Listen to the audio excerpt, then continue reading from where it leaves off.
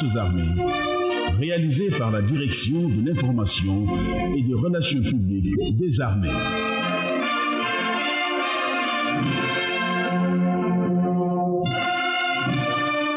Avec la collaboration technique de la Radio-Télévision du Sénégal.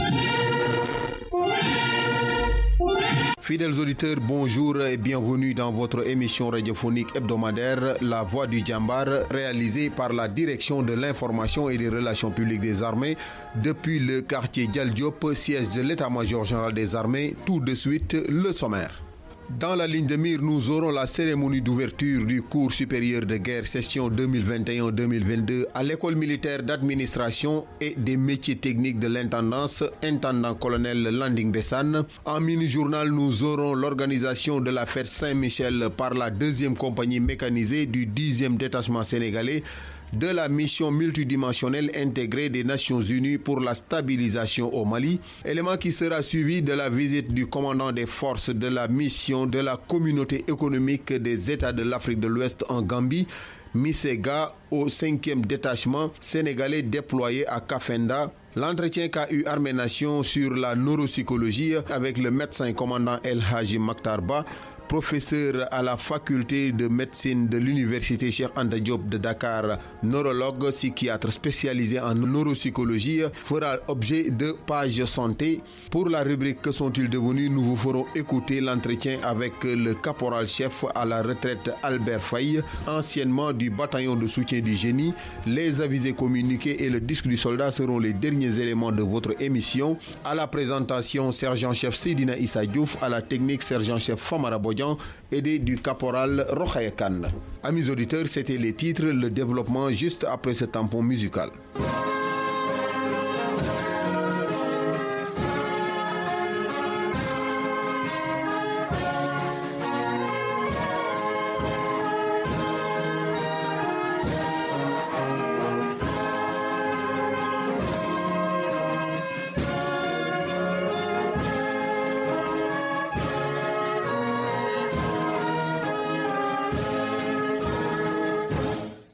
La voix des Djambars. Amis auditeurs, comme je vous l'ai annoncé dans les titres, la cérémonie d'ouverture du cours supérieur de guerre a eu lieu à l'école militaire d'administration et des métiers techniques de l'intendance, intendant-colonel Landing Bessane, ce mardi 5 octobre 2021.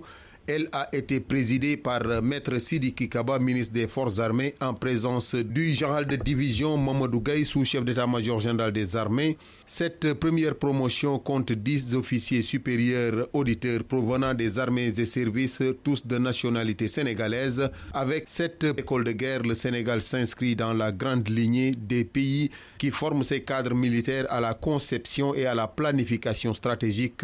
Reportage sergent Amadou Faye. Cette cérémonie solennelle qui marque l'ouverture officielle du premier cours supérieur de guerre organisé au Sénégal s'inscrit dans le cadre global de la mise sur pied de l'Institut de défense du Sénégal pour répondre aux multiples défis sécuritaires. Le colonel Ousmane Ali Kane, directeur du cours supérieur de guerre, sur la création de ce pôle d'excellence.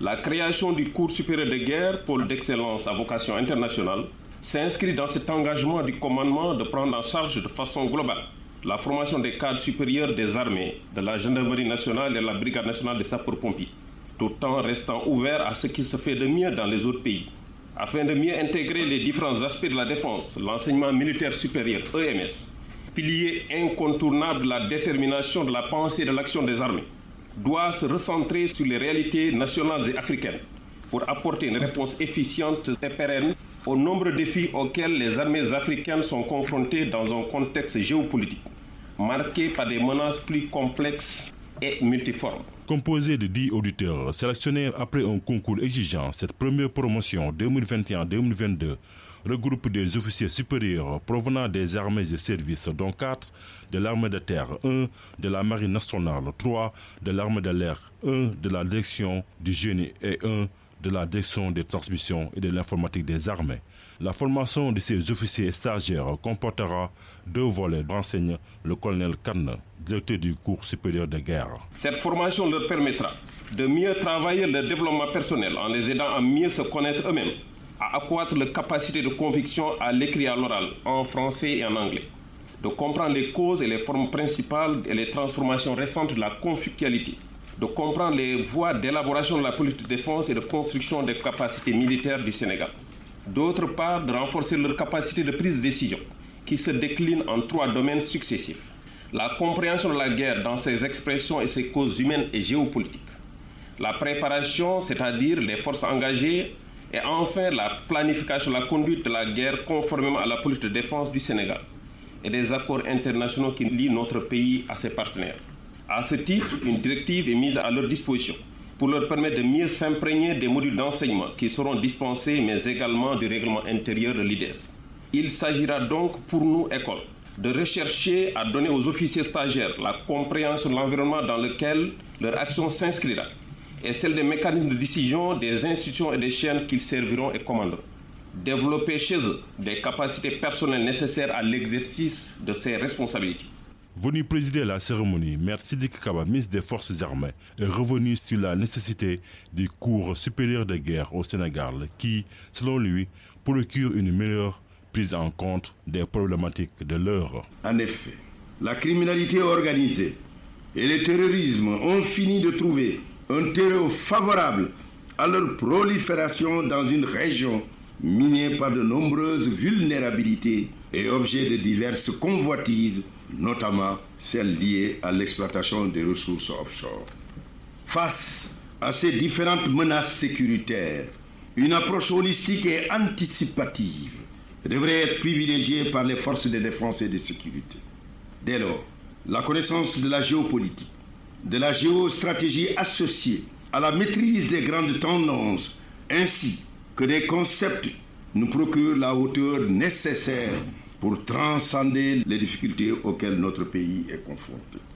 À ce titre, il s'agira pour toutes les autorités militaires des forces armées, responsables de l'enseignement militaire supérieur, de veiller jalousement à ce que nos cadres militaires soient très bien formés à ces outils d'analyse et d'aide à la prise de décision afin que nos structures de défense s'inscrivent de manière résolue dans l'anticipation précoce pour une meilleure protection des populations, de leurs biens, ainsi que des intérêts stratégiques de notre pays et de ses partenaires. Avant de clore son discours, le ministre des Forces armées a exhorté les officiers stagiaires à être de fervents apprenants assoiffés de connaissances. Chers officiers stagiaires, l'histoire retiendra qu'au mois de septembre 2021, 10 brillants officiers sénégalais ont constitué la première promotion de l'école supérieure de guerre du Sénégal et qu'ils ont, je l'espère fortement, placé la barre haut en termes d'atteinte des objectifs fixés. Soyez des fervents apprenants, assidus et assoiffés de connaissances. Demain, c'est vous qui serez aux commandes pour présider aux destinées des états-majors. Demeurez assurés que tous les moyens humains et matériels seront mis à votre disposition pour vous permettre d'exceller dans la conception, la planification et le suivi stratégique des solutions pour faire face aux menaces contre la paix et la sécurité dans le monde, l'Afrique et plus particulièrement la sous-région ouest-africaine à laquelle nous appartenons. Le cours supérieur de guerre a pour mission de préparer les officiers supérieurs des forces armées à exercer des responsabilités d'état-major, de commandement et de direction au sein de leur grand commandement et services, des états-majors interarmés ou interalliés, des organismes interministériels et dans tout autre poste où s'élabore et s'exécute la politique de défense et de sécurité.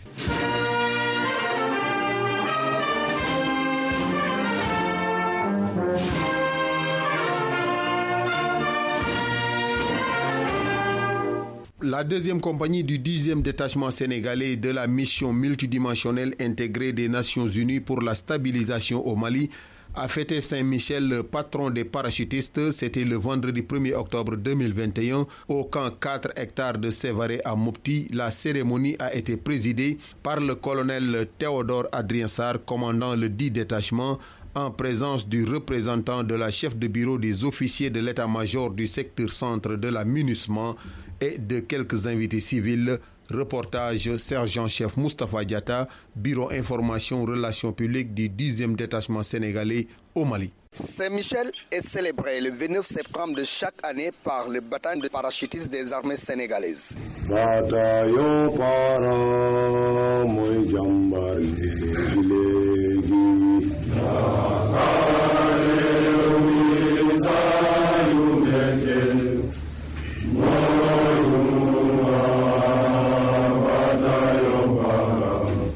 Engagé dans le 10e détachement sénégalais de la mission multidimensionnelle intégrée des Nations Unies pour la stabilisation au Mali, la 2e compagnie du bataillon n'a pas dérogé à la règle, même si la date de la cérémonie avait été repoussée au 1er octobre pour une raison d'agenda. Au cours de la cérémonie, le capitaine Baba Diop, commandant la dite unité, évoqua Saint-Michel, patron des parachutistes. Le nom Michel signifie en hébreu le chef des armées du ciel. C'est lui le vainqueur du mal de Satan dans le grand combat de la fin des temps. Le culte de Michel est très répandu et très populaire. C'est le patron des pâtissiers, des gaufriers, de ceux qui utilisent la chaleur du four. Quoi de plus normal donc que les parachutistes, qui sont très souvent au four et au moulin, les choisis comme patrons. Comme tous les anges, Michel est représenté avec des ailes, symbole de la beauté, mais aussi de la capacité à s'envoler au-dessus de la condition humaine, c'est-à-dire la mort.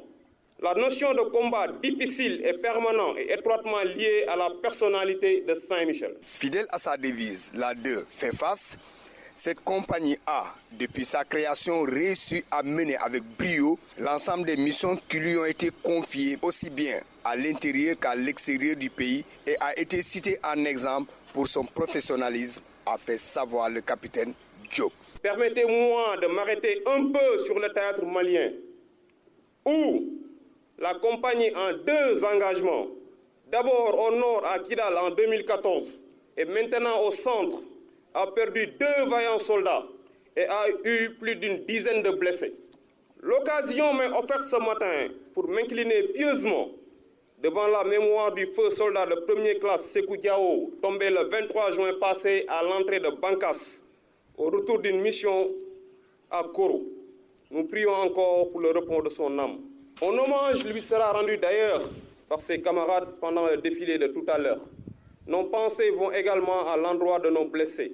Nous leur souhaitons un prompt rétablissement. Héritière des traditions des troupes aéroportées, cette compagnie a bâti sa réputation sur son cran et sa résilience au combat. Sur ce théâtre malien et sous d'autres cieux, elle a su prouver à suffisance qu'elle sait faire face, a fait savoir le colonel Théodore Adrien Sarr, commandant le 10e détachement sénégalais de la mission multidimensionnelle intégrée des Nations Unies pour la stabilisation au Mali.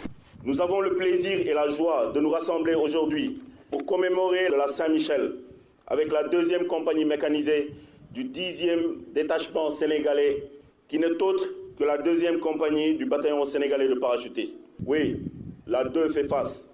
Cette devise à elle seule illustre le mental et l'état d'esprit de ces hommes qui, au quotidien, font le choix lucide de faire face au danger plutôt que de vivre dans la peur. Oui, la 2 fait face. Dans l'insécurité, l'inquiétude, la bagarre, elle serre les dents et refuse de subir. Dans la tourmente, la souffrance, la douleur, elle reste courageuse, forte et surtout garde la foi que faire face à la mort, c'est finir par vivre. Oui, la 2 fait face car ces hommes restent convaincus que si un jour le para tombe au champ d'honneur, il ne va pas au ciel. Il y retourne. Djambar, gardez ancré en vous cette foi dans la tourmente pour que vive toujours la devise du Badpara. Djambar Legi Legi. On nous tue, on ne nous déshonore pas. Les temps forts de cette cérémonie étaient un défilé à pied, un hommage rendu à feu soldat de 1er classe Sékou Diao, tombé le 23 juin dernier à l'entrée de Bankas, et une veille culturelle. Un cross fermé de 1200 mètres et un relais 4x100 avaient été précédemment organisés à la veille de la cérémonie. Sergent-chef Moustapha Diatta, Bureau Information Relations Publiques d'Etsendis Mali.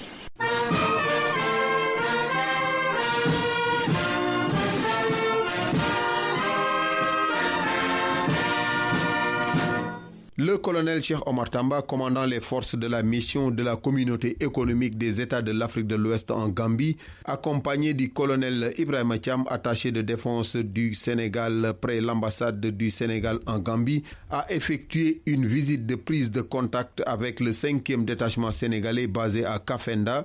C'était le mardi 5 octobre 2021. Cette activité a permis au lieutenant-colonel Mamadou Sarr, commandant du dit détachement, d'exposer aux autorités les difficultés auxquelles il fait face. Compte rendu, sergent-chef Mamadou Lamine Diaouné, Bureau Information Relations Publiques du 5e détachement sénégalais en Gambie. Accueilli par le lieutenant-colonel Mamadou Sarr, commandant le 5e détachement sénégalais en Gambie, le colonel Cheikh Omar Tamba, commandant des forces de la CEDEAO, s'est d'abord rendu au PC pour un exposé suivi d'une adresse à la troupe avant de terminer par une visite guidée des lieux. Le colonel Cheikh Omar Tamba sur l'objectif de sa visite. Vous le savez, ce contingent vient d'être déployé et à ce titre, en tant que commandant de la force, je me suis fait le devoir de venir les voir et leur souhaiter la bienvenue au nom de la représentante spéciale, du président de la commission de la CEDEAO en Gambie et puis au nom de la CEDEAO. Il a ensuite félicité et encouragé le contingent pour le professionnalisme et l'engagement sans faille dont il fait montre dans l'accomplissement de leur mission. Le travail abattu est déjà très appréciable. Il est très bon parce que le contingent a été déployé le jour même où le président de la République a démarré sa tournée nationale. Il fallait donc l'accompagner dans le cadre de la sécurité du président, puisque c'est un volet de notre mission. Et le contingent d'emblée donc a été sollicité. Ils ont fait preuve de beaucoup de professionnalisme, beaucoup d'engagement. Donc j'en ai profité pour les féliciter et les encourager à persévérer dans cette voie. Pour terminer, le colonel Tamba a formulé des prières à leur endroit pour une bonne réussite des tâches assignées. Un mot de prière, un vœu que ce contingent-là accomplisse sa mission avec beaucoup de succès pour le bien du Sénégal, parce que comme vous le savez, tout ce qui se passe en Gambie intéresse à plus d'un titre le Sénégal. Le lieutenant-colonel Mamadou Sarr, commandant du détachement, s'est réjoui de la visite. Il s'est dû rassurer de la prise en compte de leurs préoccupations par le commandement. La visite du commandant de la force de la MISEGA est toujours une satisfaction pour ma part parce que ça a permis d'évaluer l'aptitude opérationnelle du contingent à travers les activités qui sont menées et le bilan qu'on lui a présenté. Et ça nous a rassuré aussi de la prise en compte des préoccupations du contingent qui seront portées à la hiérarchie et qui seront résolus. Cette visite de contact du colonel Cheikh Omar Tamba, commandant des forces de la CEDEAO, lui a permis de s'enquérir des conditions de vie et de travail des djambars déployés en Gambie. Il a pour la même occasion donné des orientations pour la bonne marche de la mission. Sergent-chef Mahamadou Lamine Diaouné, Bureau Information Relations Publiques du 5e détachement sénégalais en Gambie.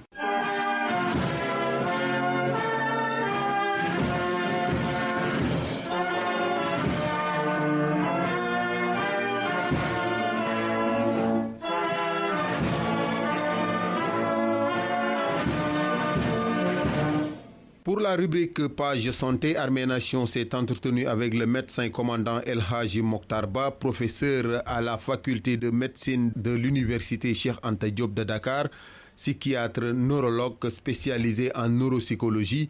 Dans cet entretien, la blouse blanche évoque les maladies relevant de la neuropsychologie et leurs impacts sur les armées en général et les familles de militaires en particulier.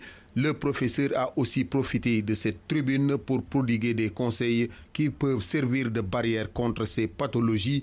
Il est au micro du sergent Mamadou Sarr. Mon commandant, bonjour.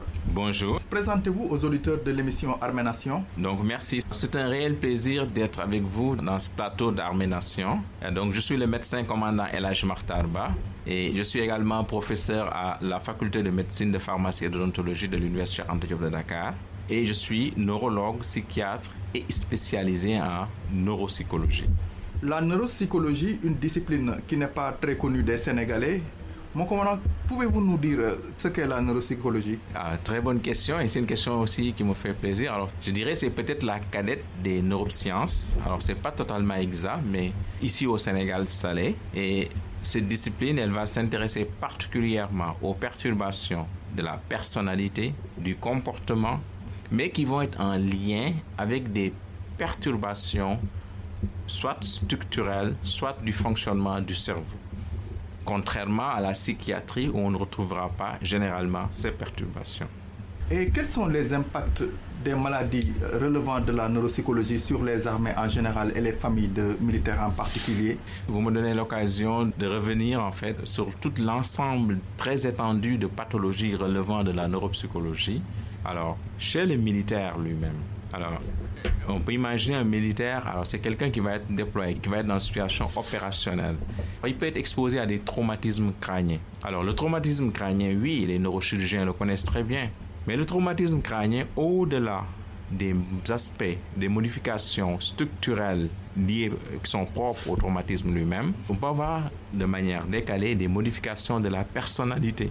Alors, on se rappelle ce cas historique de Phineas Gage qui travaillait en 1848 dans la société de chemin de fer. Alors, il y avait un accident, il y avait une barre de fer qui avait traversé sa tête. Et alors, le médecin qui le suivait dira plus tard de lui, mais que Phineas n'était plus Phineas. Il avait complètement changé de personnalité. Donc, et on l'a vu, les militaires qui reviennent de conflits, ces militaires souvent en dehors qui ont été victimes de traumatisme crânien, ces militaires souvent ils ont des modifications de la personnalité. Alors, et même dans la vie civile, les accidents. Donc, on a parlé du militaire, mais il y a également sa famille. Alors, j'ai juste donné l'exemple des traumatismes crâniens, mais c'est valable dans les accidents vasculaires cérébraux, c'est valable dans toutes les autres pathologies qui peuvent toucher le cerveau. On peut avoir des répercussions avec des modifications de la personnalité ou du comportement. En milieu militaire, c'est très grave parce que modification du comportement, c'est peut-être le non-respect de la hiérarchie, c'est peut-être des fautes disciplinaires et c'est des choses qu'il faudrait sensibiliser au niveau des chefs, qu'ils comprennent que quand quelqu'un fait un traumatisme crânien, c'est important qu'il soit suivi, qu'il soit pris en charge, parce qu'il peut y avoir après des modifications, des choses qu'il va faire, mais qui ne sont pas de son fait, mais qui sont liées à une maladie et qui est secondaire au traumatisme crânien lui-même.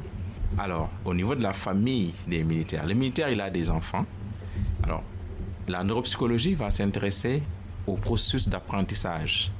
Est-ce qu'un enfant à l'école, est-ce qu'il arrive à mémoriser les leçons? Est-ce qu'il a du mal? Ou est-ce qu'un enfant acquiert le langage comme cela se doit? Ou est-ce qu'il a un retard dans l'acquisition du langage? Donc, de manière générale, un enfant, est-ce qu'il va être maladroit? Très maladroit dans l'utilisation, dans la réalisation des gestes. Et la neuropsychologie aussi, alors c'est également les parents du militaire, parce que vous avez parlé de famille militaire. Alors les parents des militaires, quand ils sont âgés, ils peuvent développer la maladie d'Alzheimer. Donc cette pathologie, alors dont la journée mondiale a été célébrée le 21 septembre dernier, cette pathologie qui est un drame au niveau des familles et qui va se manifester par des pertes de mémoire, des sujets qui vont se perdre quand ils vont sortir dans la rue. Et donc, vous avez vu que la neuropsychologie, c'est un champ très vaste qui va de l'enfance au sujet âgé et qui concerne très fortement le personnel militaire, tout comme l'ensemble de la population. On peut avoir des situations de violence corporelle, les violences en fait d'un mari militaire qui, suite à un traumatisme crânien, devient violent. Alors, il peut être violent à l'égard de son épouse, très violent à l'égard de son épouse. Voilà. Donc, ça, c'est des choses qui arrivent. Et donc, on verra que le cercle familial peut exploser. Alors, et ça va encore rendre les choses beaucoup plus difficiles. Donc, ce qui veut dire que les répercussions, ce ne sont pas seulement au niveau du fonctionnement du militaire dans sa structure, c'est-à-dire dans l'armée, mais également le militaire de retour chez lui. Et donc, d'où encore l'importance de sensibiliser autour de ça, l'importance de pouvoir prendre en charge ces militaires pour pouvoir aider au maximum et accompagner leur famille. Quels conseils prodiguez-vous aux auditeurs en général et aux militaires en particulier pour être à l'abri des maladies liées à la neuropsychologie? Le champ est très vaste, mais je choisirais peut-être d'insister sur les pathologies telles que les accidents vasculaires cérébraux. On a fait une étude cette année dans le service de neurologie de FAL. On a vu que tous les patients qui avaient fait un accident vasculaire cérébraux, ils avaient des troubles neuropsychologiques. Donc, cela me donne l'opportunité d'insister sur ça. Et l'hygiène de vie. De rappeler en fait que c'est, et particulièrement à nous qui sommes militaires, le sport est important. L'activité physique régulière est importante. Parce que l'activité physique régulière réduit l'incidence des pathologies telles que les accidents vasculaires cérébraux. Mais également, ça aide, quand on va vieillir, ça aidera à bien vieillir. Donc l'activité physique, c'est la première chose. La deuxième chose, l'hygiène de sommeil. et il faut dormir. Vraiment, la nuit c'est fait pour dormir, ce que je dis classiquement en général. Et pour dormir, il faut éteindre la télévision, il faut éteindre la lumière, il faut se mettre dans les conditions pour bien dormir, c'est important. Il faut que les hommes aient toujours cela présent à l'esprit, il faut que le commandement l'intègre, donc c'est important, c'est quelque chose qu'il faut vraiment intégrer. L'hygiène de sommeil, c'est quelque chose qui est fondamental. Alors, un être humain, il a besoin de s'alimenter. Et c'est parce qu'on s'alimente bien et en qualité qu'on arrive à avoir un fonctionnement cérébral optimal. Parce que le cerveau, il fonctionne en puisant de ce que l'on a mangé. Donc, l'hygiène alimentaire, aussi important. Et autant que possible, il faut essayer de réduire le stress dans le quotidien. Le stress, là, une des manières de réduire le stress, c'est de faire les choses que l'on peut, de s'organiser dans sa méthodologie de travail. Et quand on demande des choses qui ne sont pas faisables, le dire très vite. Et cela, c'est quelque chose qui est très important. Tantôt, vous avez parlé des bienfaits du sommeil. Et quel est le temps de sommeil recommandé? Alors, oui, c'est une très bonne question. Alors, elle est variable en fonction des individus. Tout à l'heure, j'ai failli dire 8 heures de sommeil parce que c'est la moyenne la plus répandue. Alors, chez l'adulte, bien sûr, le sommeil évolue au fil de la vie. Alors, mais ce qui est le plus important, c'est quand on a dormi la nuit, le matin, quand on se réveille, on doit se sentir en forme. Si on sent qu'on n'est pas en forme, si on sent que notre sommeil a été haché, on s'est réveillé plusieurs fois dans la nuit, cela pose problème. Cela dit qu'on n'a pas une bonne qualité de sommeil. Ça aussi, c'est quelque chose qui fait qu'il faut aller consulter. Parce que quand on a un trouble du sommeil, quand on va tôt, cela évite que ce trouble du sommeil ne devienne chronique. Les troubles du sommeil exposent à de très nombreuses pathologies, y compris le cancer ou d'autres pathologies, quelles qu'ils soient. Donc vraiment, de très nombreuses pathologies. Mon commandant Armée Nation vous remercie. Merci Sarr. Donc ça a été un réel plaisir d'être sur ce plateau. Merci à toute la hiérarchie et à Armée Nation. Je rappelle que nous étions avec le médecin commandant El Hadji Mokhtar Ba, professeur à l'université Cheikh Anta Diop de Dakar, à la faculté de médecine, neurologue, psychiatre spécialisé en neuropsychologie.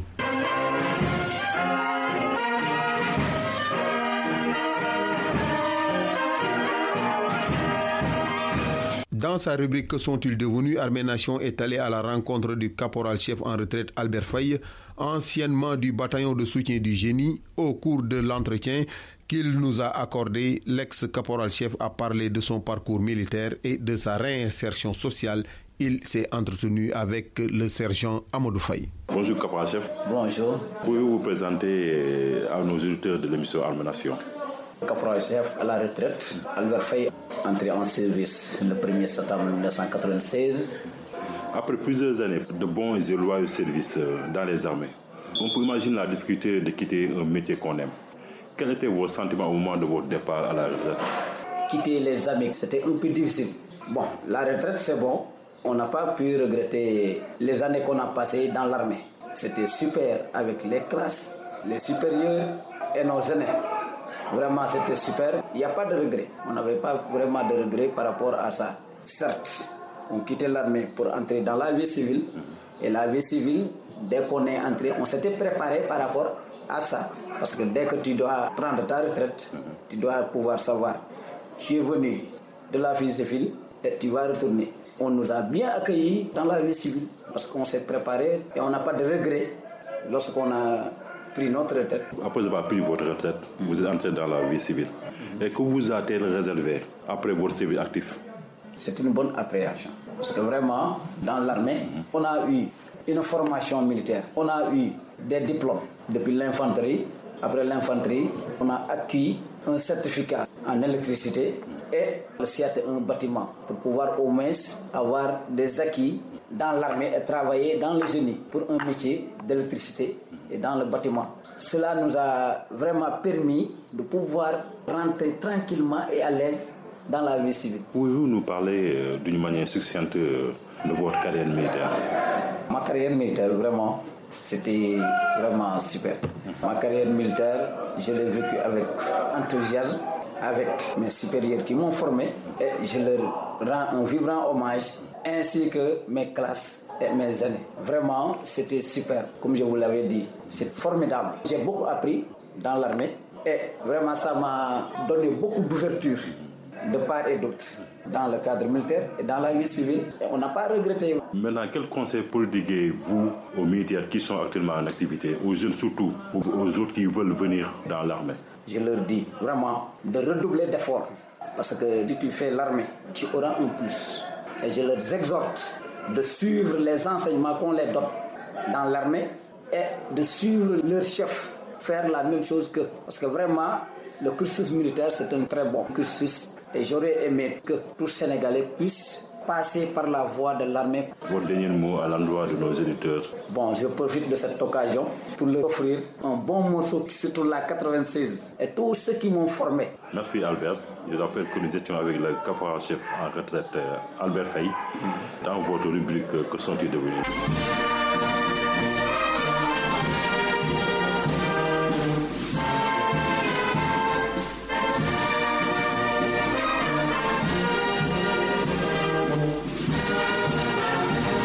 À présent, nous vous laissons avec les élèves sergents Tchernodia et Ndaï Awadien dans le disque du soldat.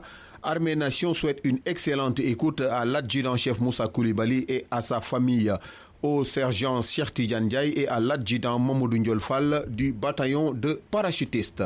Chers auditeurs, merci de nous prêter oreille attentive. Sans plus tarder, savourez ce beau tube.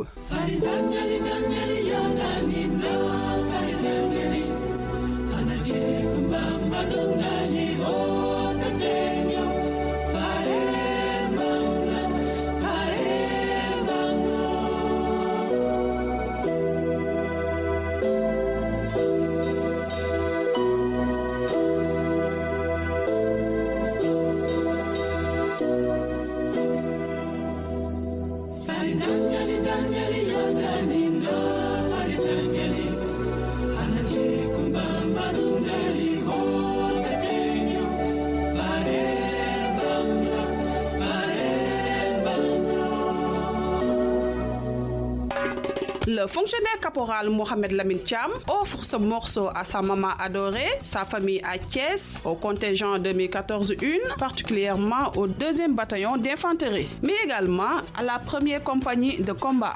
Ce morceau est choisi pour faire plaisir aux soldats de première classe Abdoulaye Sen en service à la DIRPA, à tous les moniteurs du centre d'entraînement tactique numéro 5, lieutenant Ousmane Sow, et à toute sa famille, particulièrement à son épouse Tanemar, à ses enfants Wali et Sali à Diakhaoussine.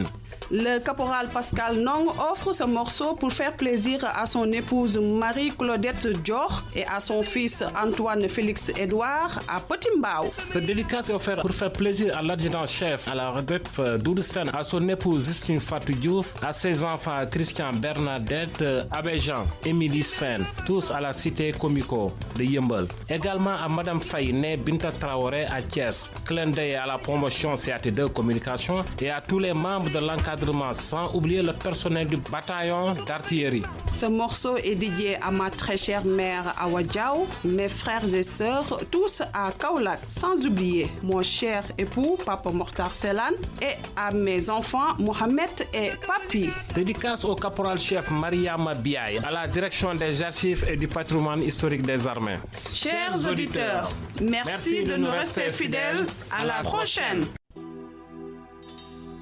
Faridanyali danyali ya danina faridanyali anaje kumbamba dongali o tatenyo fae bangla fae banglo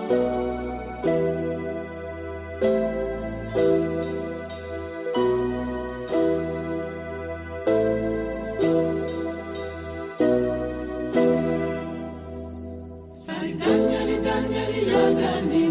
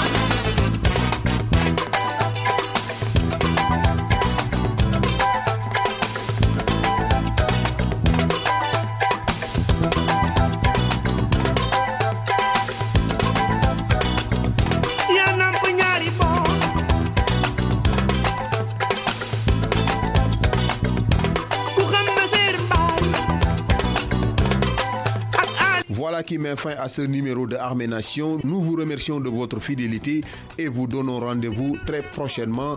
Vous aviez à la présentation sergent-chef Seydina Issa Diouf, à la technique sergent-chef Famara Bodian, aidé du caporal Rokhaya Kane.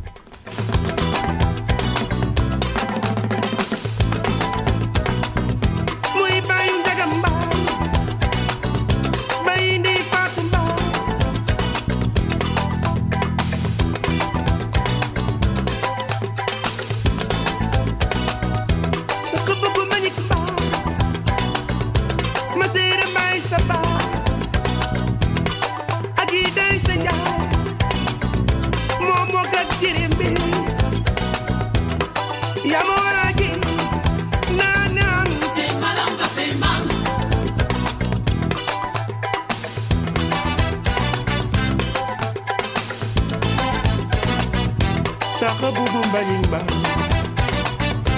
Maser mbai saba Agidai saya Mobokat alige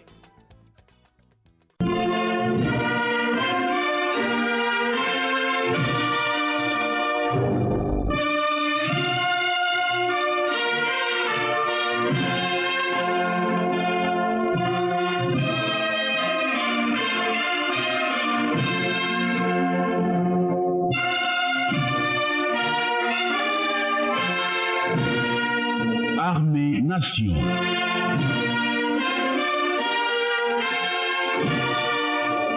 Une émission du ministère des Forces armées, réalisée par la Direction de l'information et des relations publiques des armées.